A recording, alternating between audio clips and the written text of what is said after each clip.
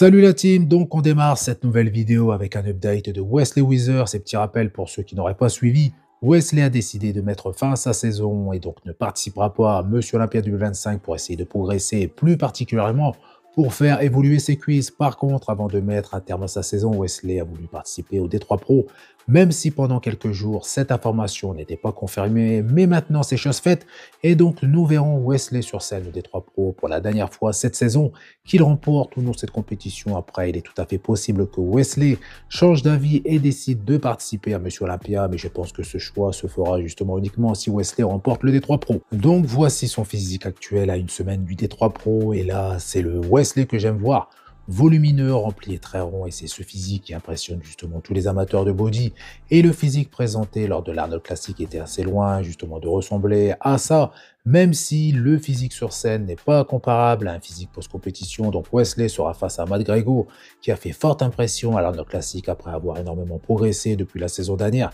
Et si Wesley veut battre Matt, il va devoir essayer d'afficher le même physique qui lui a permis de remporter les deux Arnold Classic, donc US et UK, la saison dernière. Donc j'espère voir Wesley au top de sa forme lors du D3 Pro. Info concernant Jeff Said, qui a récemment déclaré switcher de catégorie, c'est-à-dire qu'il passe de la catégorie Men's Physique à celle des classiques physiques, mais reste dans la fédération dite naturelle. Donc ce switch est assez audacieux car ce sont justement des catégories complètement différentes en termes de posing et de physique. Concernant son physique actuel, on est très loin de son meilleur physique lorsqu'il participait à Monsieur Olympia ou quand Jeff a explosé sur les réseaux sociaux, et on connaît les raisons, même s'il prétend le contraire. Dans tous les cas, du travail latent pour afficher un physique équilibré et pour justement poser de la meilleure des façons. Un update de William Bonac qui sera sur la scène du D3 Pro tout comme James Oniched, mais pour moi William reste meilleur que James. Même si William n'est plus à son prime, il reste le meilleur sur scène. James n'est pas aussi impressionnant sur ses photos que sur scène, il apparaît assez plat, il manque également de rondeur et son physique n'est pas le plus esthétique, surtout lorsqu'il est à côté d'autres athlètes. Donc à voir si sur cette compétition, James et son préparateur réussiront à afficher un physique plus complet pour espérer se placer dans le top 3. Justement, voici un update de James Oliched qui a partagé ses nouvelles photos et qui est toujours plus impressionnant sur ses updates que sur scène. Mais vu le niveau de l'Arnold Classic cette année, ce n'est pas étonnant, mais dans quelques jours, James a la possibilité de faire quelque chose lors de ce D3 Pro par rapport aux athlètes présents, mais je pense qu'il ne sera pas en mesure de remporter la compétition, même si James est dans une condition justement très poussée, mais très souvent sur scène, sa condition n'est pas mise en valeur. Dans tous les cas, James a le potentiel pour se classer parmi le top athlète de cette catégorie. Update de Michael Krizo à cette semaine du Pittsburgh Pro, et je pense que pour le moment, même si nous sommes encore assez loin du jour J, mais si on compare Michael, Nick et Good Vito, Michael est celui qui affiche la meilleure condition, la condition la plus poussée. Je ne parle pas de Derek, car il a participé à l'Arnold Classic récemment. Donc Michael n'aura aucun problème de condition s'il gère bien les choses, mais je pense qu'au vu des conditions présentées lors de ces dernières compétitions, son préparateur gère très bien les choses et à partir de maintenant, il lui suffit d'augmenter légèrement ses apports au fur et à mesure des semaines, comme Brandon Curry l'a fait dernièrement, et c'est pour moi la meilleure justement préparation possible pour un athlète. Et dans ces cas-là, un rebond n'est pas forcément nécessaire, surtout quand on voit son physique monstrueux avec ses très belles qualités musculaires. Mais j'attends de voir si son point faible, plutôt ses points faibles sont toujours présents, donc dos, ischio et fessier. Et donc je précise que c'est justement sa chaîne postérieure, en sachant qu'il revient d'une opération de l'épaule, mais ça ne l'a pas empêché de reconstruire un physique encore meilleur. Donc j'espère que sa chaîne postérieure sera meilleur que la dernière fois que Krizo est monté sur scène, et pour moi Krizo a de grandes chances de se placer dans le top 5 lors du Pittsburgh Pro. On enchaîne avec un update de Sacerati qui pourrait bien être le nouveau favori pour remporter le D3 Pro face à William Bonac. Donc je dis pas ça avec certitude car William est en super forme, mais ça a vraiment pris pas mal de volume avec en plus une condition impressionnante et également une belle progression sur sa chaîne postérieure qui était justement son point faible lors de sa dernière compétition.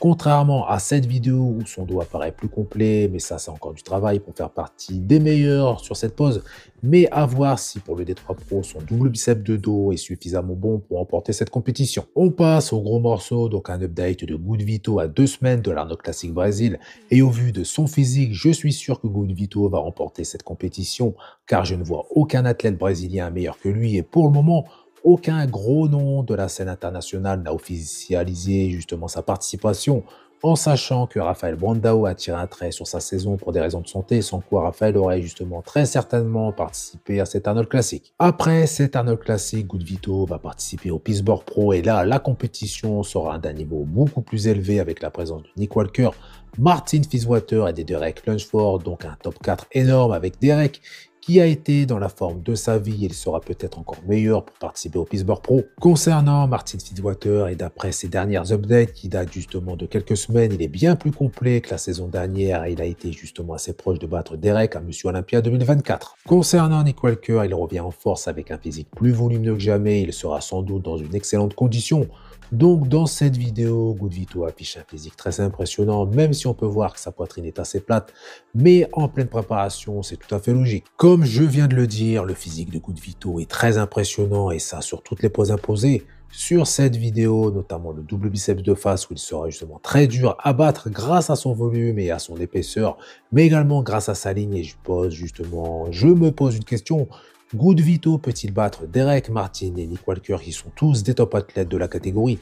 Et je pense que je n'ai pas besoin de vous rappeler justement leur palmarès, surtout pour Derek et Nick Walker, car concernant Martin Fitzwater, il vient tout juste de s'affirmer comme l'un des meilleurs athlètes de la planète en se classant justement top 4 à Monsieur Olympia 2024. Par contre, de dos, je demande à voir Good Vito justement face à Derek qui sur cette pose est juste imbattable sur le plan du volume.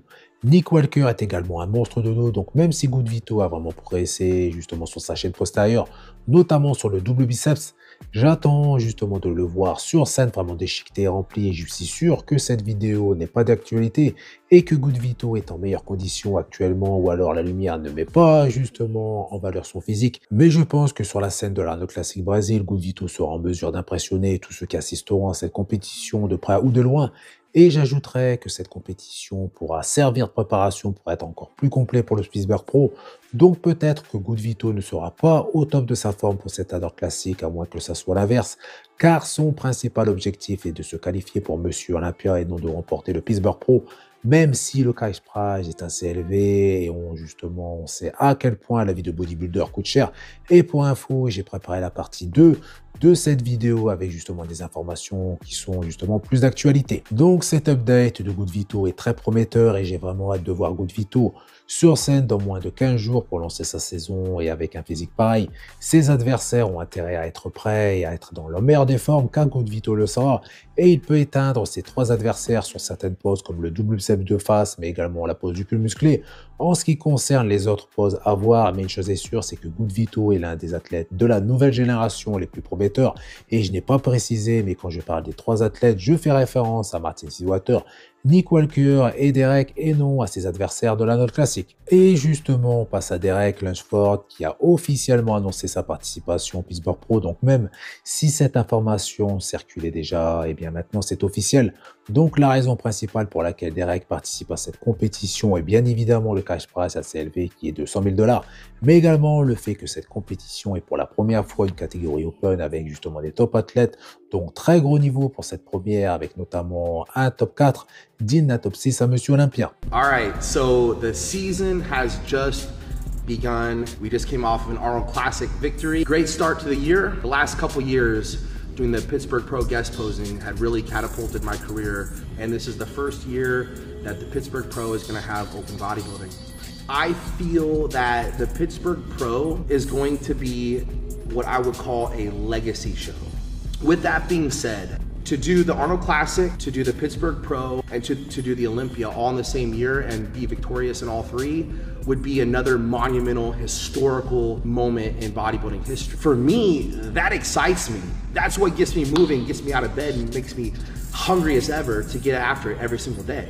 So that being said, that's the announcement. I will be doing the Pittsburgh Pro.